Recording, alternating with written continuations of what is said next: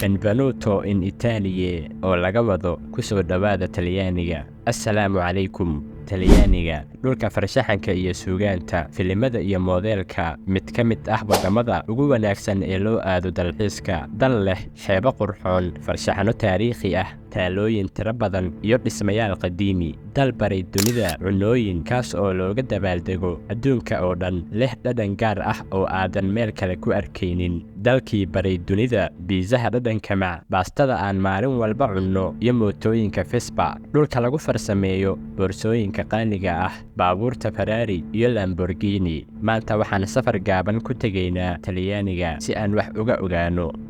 Talyaaniga sida rasmiga ahna loo yaqaano Jamhuuriyadda Talyaaniga waa wadan ku yaala koonfurta iyo galbeedka Yurub waxay ku taalaa jasiirad ku fidsan bartamaha badda Mediterranean-ka waxaana xuduudo la wadaago Faransiiska, Switzerland, Austria, Slovenia iyo laba deegaan oo ku dhex yaala oo kala ah Vatican City iyo San Marino Talyaaniga wuxuu ahaa mid ka mid ah wadamadii sameeyay ilbaxnimada Yurub waana dalka tobnaad ee ugu weyn Yurub bad gaaraya 300,000 oo kiiloomitir square iyo dawladda saddexaad ee ugu dadka badan midowga Yurub oo ay ku nool yihiin ku dhawaad 6 milyan oo qof caasimadeeda iyo magaalada ugu weyn waa Roma magaalooyinka kale ee waaweyn waxaa ka mid ah Milan, Florence, Venice waagii hore jasiiradda Talyaaniga waxay hoy u ahayd dadyow badan oo taariikhda galay xumaan iyo samaanba sida Mussoliniga aad wada taqaanaan Hitlerka Talyaaniga magaalada Laatiinka ee Roma oo loo aasaasay boqortooyo waxay noqotay jamhuuriyad qabsatay adduunka Mediterranean-ka oo qarniyo badan ka talinaysay boqortooyo ahaan waxayna noqotay fadhiga kaniisadda Kaatooliga iyo Boobka Talyaaniga wuxuu leeyahay dhaqaalaha sideedaad ee ugu weyn adduunka iyo warshadda wax soo saarka ee labaad ee ugu weyn Yurub waxayna door muhiim ah ka qaadatay horumarka Yurub iyo kuwa caalamiga ah marka laga fiiriyo dhaqaalaha militariga iyo arrimaha diblomaasiyadda wadan horumaray oo kaalinta soddonaad ka galay liiska horumarinta aadanaha Talyaaniga waa aasaasaha iyo xubinta hormuudka ka ah midowga Yurub iyo hay'ado badan oo caalami ah oo ay ku jiraan NATO, G7, midowga Mediterranean iyo midowga Laatiinka awood dhaqameed ahaan Talyaaniga wuxuu muddo dheer ahaa xarun caan ku ah fanka, muusiga, suugaanta, cunnada, moodeelka, sayniska, tiknoolajiyadda iyo isha soo saartay hal-abuuryo iyo daahfuryo badan waxayna leedahay goobaha dhaxalka adduunka ee ugu badan waana dalka shanaad ee loogu booqashada badan yahay adduunka sidoo kale waa dalka sideedaad ee ugu dhoofinta badan caalamka waxa uuna dhoofiyaa badeeco qiimaheeda gaaraysa 600 oo bilyan oo doolarka Mareykanka ah sanad walba xiriirka ganacsiga ee ugu dhow waxa uu la leeyahay wadamada kale ee midowga Yurub kuwaas oo ay la sameeyaan ilaa 59% ganacsigooda guud wadamada ganacsiga ugu badan uu la sameeyo waa Jarmalka, Faransiiska, Mareykanka, Spain, boqortooyada Ingiriiska iyo Switzerland dagaalkii labaad ee adduunka kadib Talyaaniga wuxuu isbedel ku sameeyay dhaqaalihii ku tiirsanaa beeraha kaas oo ay si weyn u saameeyeen labadii dagaal ee adduunka waxayna noqotay mid ka mid ah wadamada adduunka ugu horumarsan iyo mid ka mid ah wadamada hormuudka u ah ganacsiga adduunka iyo dhoofinta marka la eego tusmada horumarinta aadanaha wadanku wuxuu ku raaxaysanayaa nolol aad u sareysa sida laga soo xigtay The Economist